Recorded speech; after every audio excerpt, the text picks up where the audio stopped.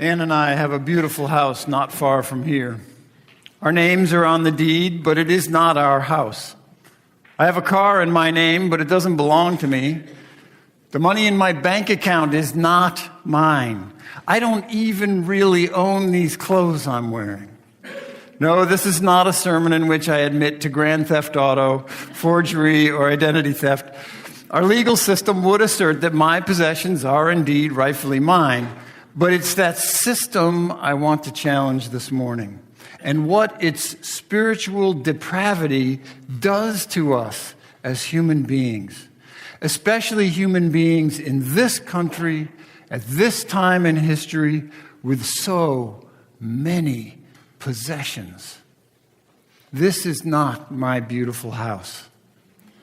Now, if you were an adult in the 1980s right now, you may have a Talking Heads song stuck in your head, a song in which David Byrne ominously recites, "You may tell yourself, this is not my beautiful house, and you may tell yourself, this is not my beautiful wife. Into the blue again, into the silent water," he sings. "Under the rocks and stones there is water underground, same as it ever was, same as it ever was." That song's been stuck in my head for the 3 weeks I've been thinking about this sermon, so I'm glad to hand it off to you for a while. Years ago, Ann attended a lecture by Ralph Nader, and she told me about something he did which I'd like to repeat now. Bring to mind the most valuable thing you own. What's the most valuable thing you own? Now, raise your hand if the thing you have in mind is the National Mall, or Grand Canyon, the Hubble Space Telescope, the U.S. military. No? We do own these things as U.S. citizens, but why don't we feel that? I have a guess. It's because we have a perversely limited notion of ownership that is personal and private, and one that both exploits and elevates our fear of being vulnerable. It makes us yet more vulnerable even as we cling to our hollow icons of security, like my beautiful house. I'm living the American dream. Ann and I are fairly comfortable, even on our school teachers' salaries. We each have a car that works. We can afford to eat out every so often. We're saving for retirement. And we can give some money away each year without threatening our survival. We are solidly middle class, lacking little, and we get to pat ourselves on the back for being basically good people. And I would be justified in claiming that everything I have came from my own hard work, doggone it. But it simply isn't true. I did not earn these things, though I did work hard for them. Because achieving middle-class comfort takes more than hard work. It also requires luck, a supportive environment of people and circumstances that acts as a tailwind, an abundance of resources within reach. And a little bit of thieving done before I was born helps too. So that beautiful house of mine is built on land taken by trickery and genocide about 300 years ago. And it's made from trees cut from forests that, you know the story. It's a long and violent one, celebrated this weekend under the name Columbus Day. A story of crimes oppressing some people and benefiting others. One that continues today, systematically excluding certain people from accessing resources while facilitating the access of others, like me. Water flowing underground. That story boils down to a headwind for some of you, even today, while I enjoyed a nice tailwind for most of my life. This is what we call privilege. And it suggests that some portion of what I have rightfully belongs to someone else. Many of you have enjoyed my drumming, or at least been afflicted by it once in a while. I was thinking of drums and my drumming a couple weeks ago when writer and MIT professor Junot Diaz was interviewed by Krista Tippett on her radio show On Being. He said, quote, "I'm a child of blackness. Blackness was not meant to survive, and we have survived, and we have thrived, and we've given this world more genius than we have ever received. end quote. And my musical contributions are fun for me, and I hope of value to others. But they are built upon a mountain of genius from an African heritage that is not mine, even the drums themselves. So is my music really mine? History suggests that some large measure of it belongs to, or at least should be attributed to, someone else. Who? Well, maybe lots of people. And maybe historians and politicians will sort that out someday, somehow. But privilege and appropriation are not really what I'm getting at this morning. They're related, but I think they are symptoms of something deeper. Now, I speak with more authority if I stick to science instead of history. And I want to suggest that the rightful owner of all my stuff is not any person or group of people at all. So what does science have to say about this? As is very often the case, poetry is the best port of entry to the realm of physics and cosmology. This time from Khalil Gibran, who wrote, and you may have heard this before, "Your children are not your children. They are the sons and daughters of life's longing for itself. They come through you, but not from you. And though they are with you, yet they belong not to you. You may give them your love, but not your thoughts, for they have their own thoughts. You may house their bodies, but not their souls, for their souls dwell in the house of tomorrow, which you cannot visit, not even in your dreams. You may strive to be like them, but seek not to make them like you, for life goes not backward, nor tarries with yesterday. You are the bows from which your children as living arrows are sent forth. The archer sees the mark upon the path of the infinite, and he bends you with his might that his arrows may go swift and far. Let your bending in the archer's hand be for gladness. For even as he loves the arrow that flies, so he also loves the bow that is stable." Now, Gibran's poem being about children makes it easy for us, because in our enlightened time, we agree that people are not property, even children. But Khalil Gibran's reasoning applies equally well to houses, cars, music, and all that plastic crap we have in a storage unit somewhere. Here's what modern physics says. This is not a world of things. This is a world of flow. As Nobel Prize-winning physicist Niels Bohr said, and this is a quote, "Everything we call real is made of things that cannot be regarded as real," end quote. He was using the word real as a stand-in for things, objects, tangibles, stuff. He and his generation of physicists had just demonstrated that things are made of atoms, and atoms are made of protons, neutrons, and electrons, and that those are made of energy. Not tiny little objects that move around energetically, but literally only energy, movement, flow.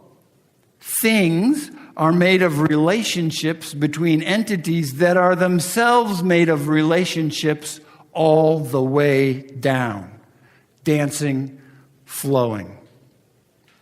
Under the rocks and stones, water moving underground. One of the more compelling slides from my Seven Candles work is of standing waves on a river. The river flows up and over the hump made by a rock on the bottom, a wave that maintains its shape, its form and its shape and its location, but a wave that's made entirely of flowing water. The wave looks the same over time, but it's made of different water each moment. And while that video plays, I say, our bodies are like a standing wave on a river. Matter moves through you, takes your form briefly, then moves on to become something else for a while. But you are not the matter that makes up your body. You are the pattern that organizes the matter as it flows through. Every time you eat or breathe or drink or sweat, atoms and molecules flow in and out, different each moment, just like that standing wave. So, Are the carbon dioxide molecules that were part of your brain moments ago but are now over in that corner of the room, are those yours? How about the oxygen molecules that were part of a tree an hour ago and are just now entering your nostrils, destined to be a part of your brain by the time I finish this sentence? Are those oxygen molecules yours? Whose are they? Who do they belong to? They are the sons and daughters of nature's longing for itself. If there's a case to be made for private ownership, ownership of one's own body is the ultimate slam dunk, right? What could be more fundamental than the rights associated with my own body? And yet, Ann and I almost didn't make it back from a simple day hike earlier this summer.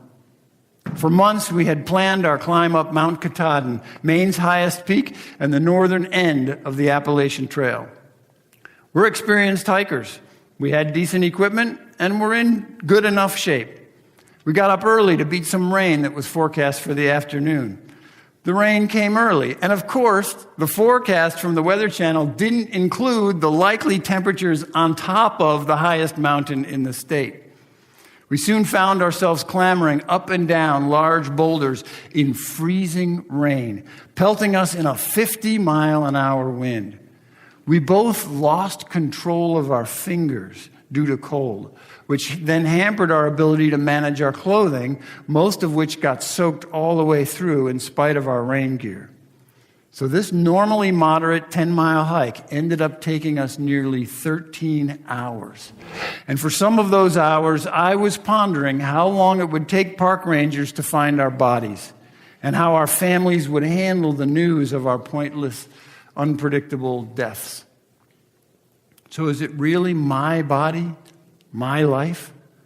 Or has it always been the Earth's on loan to take back at any time? Sure, I get to manage or mismanage it, just like a line of credit from a bank, but it was never mine, really. This is not my beautiful house. Until a month ago, the people of Houston, Florida, and Puerto Rico believed, as most of us do, that they owned their houses and the stuff inside them. And in 1 week, the earth called in thousands of outstanding loans. It's part of our culture to seek security, however fictional and temporary. And the hard-ingrained notion of private ownership is one expression of that. It's enshrined in our Constitution. Uncountable legal documents, deeds, titles, bills of sale, argumentation, case law, acts of Congress, and on, all testify to its hold on our psyches. And yet, its fictional nature is quickly exposed when we consider riparian water rights. This is a branch of law stretching back to English common law, which recognizes that a stream flowing through my property is not mine, but is rather a public good like the air. Well, trees and soil and rocks and houses flow through the property too, just more slowly. Our culture claims that I own them, but they're not mine. They're on loan. I just manage them. Water flowing through. Wendell Berry is the source for one expression of this. The earth is not given by our fathers, he said. It is borrowed from our children.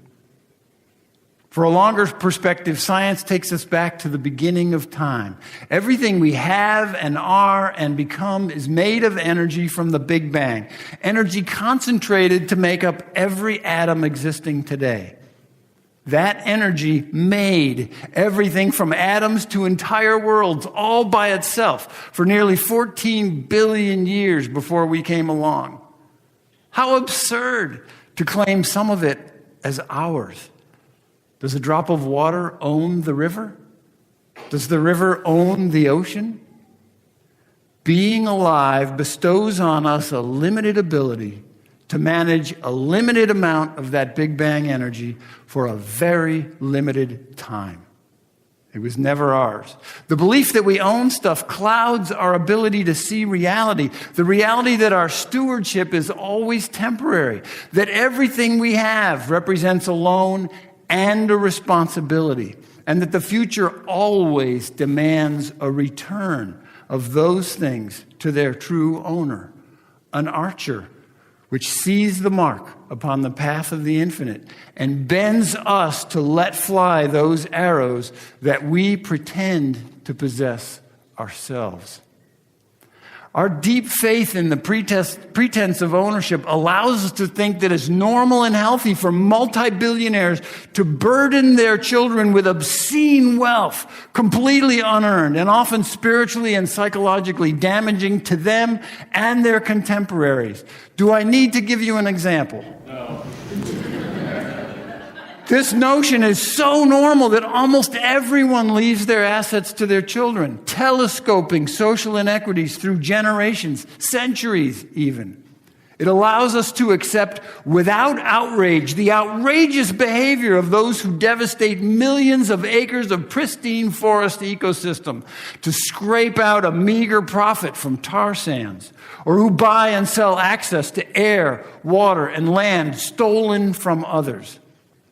It gives us a sense of entitlement, especially for middle-class people, that too often makes me act like a spoiled, selfish brat when I don't get what I want, when I don't get my way, when I don't get the special treatment I think I deserve.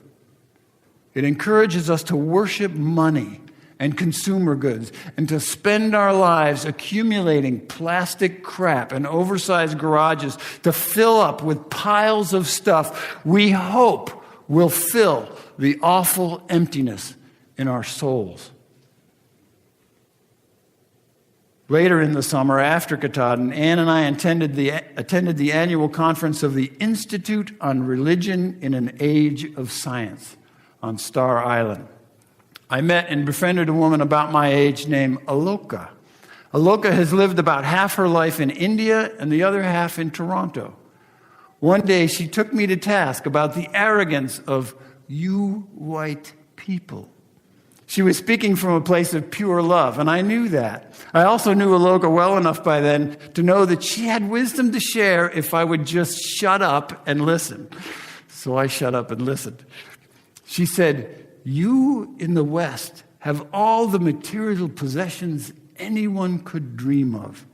But spiritually, you are in deep poverty, so deep that you can't even see how impoverished you are.